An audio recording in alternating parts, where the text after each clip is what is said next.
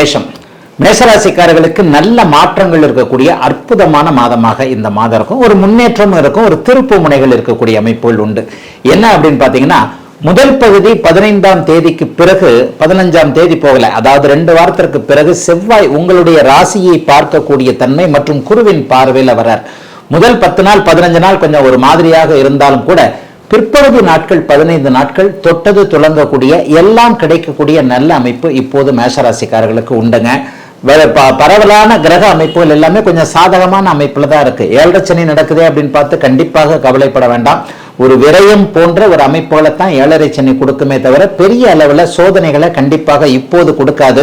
அடுத்த தடவை மாற்றம் வரப்போகின்ற 2027ஆம் ஆண்டு ஜூன் மாதம் வரப்போன்ற ஜென்ம சனி பயிற்சியிலிருந்து தான் உங்களுக்கு ஜென்ம சனி வரப்போகுது.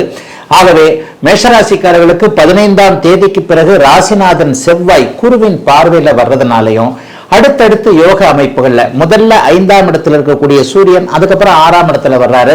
6ஆம் இடத்துல சூரியன் வர்றது கூட கொஞ்சம் நல்ல கடன் தொல்லைகள், நோய் தொல்லைகளை அப்படியே தவிர்க்கக்கூடிய ஒரு அமைப்பு, எதுலையும் நல்லது நடக்கக்கூடிய ஒரு யோக மாதமாக இந்த மாதம் இருக்குங்க. அதுக்காக அப்படி இந்த மாதிரி என்ன அப்படி இப்படி நடக்குமா அப்படின்னு சொல்லிட்டு கற்பனை பண்ணீங்க அப்படின்னு சொன்னா, ஒரு நிலையில என்ன நீங்க முயற்சிகளை செய்கிறீர்களோ அந்த அளவிற்கு உங்களுக்கு நல்ல பலன்கள் இருக்கக்கூடிய தன்மைகள் இப்போது உண்டு. மிக மிக முக்கியமா இன்னொன்னு சொல்லணும், அவரவருடைய பிறந்த ஜாதக அமைப்பிற்கு ஏற்றார் போல என்னென்ன தசாபுக்திகள் நடக்குதோ அந்த அளவிற்கு உங்களுடைய அதாவது போன மாதத்தை விட இந்த மாதத்துல கொஞ்சம் வருமானம் அதிகமாக இருக்கக்கூடிய தசாபுக்திகளுக்கு ஏற்ப சிலர் ஆயிரக்கணக்கில், சிலர் லட்சக்கணக்கில், ஒரு சிலர் கோடிக்கணக்கில் சம்பாதிக்கக்கூடிய அளவிற்கு செப்டம்பர் மாதத்திலிருந்தே ஒரு படிப்படியான முன்னேற்றத்தை தரக்கூடிய அமைப்புகள் இப்போது உண்டு. 7ஆம் இடத்துல செவ்வாய் குருவின் பார்வையில வர்றதுனால இதுவரைக்கும் திருமணம் ஆகாதவர்களுக்கு திருமணம் ஆகக்கூடிய தன்மை இந்த மாதத்திலேயே ஆரம்பிச்சிருது.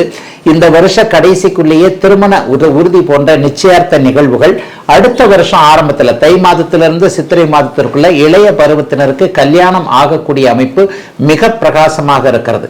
மாதத்தின் முதல் 15 நாட்கள் சூரியன் 5ஆம் இடத்துல இருக்கிறார். இதுவரைக்குமே பிள்ளைங்களை பத்தி கவலைப்பட்டு கொண்டிருந்த ஒரு நிலைமைகள்லாம் இப்போது மேஷராசிக்காரர்களுக்கு மாறுங்க.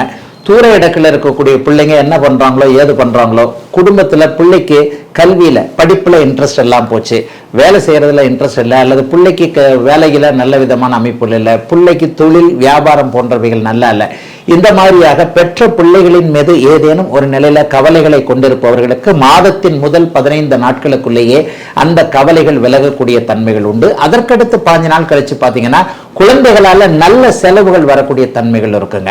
இதுவரைக்கும் சேர்த்து வைத்திருக்கின்ற பணத்தை வைத்து பெண்ணிற்கு ஏதாவது நகை வாங்குவது என்பது போன்ற அமைப்புகள், பெண் குழந்தைகளுக்கு நல்ல மங்கள வாழ்க்கை நடக்கக்கூடிய அமைப்புன்னு மேஷராசிக்காரர்களுக்கு பெருவாரியாக நல்ல தன்மைகள் இருக்கக்கூடிய ஒரு சுப மாதமாக இந்த மாதம் அமையுங்க.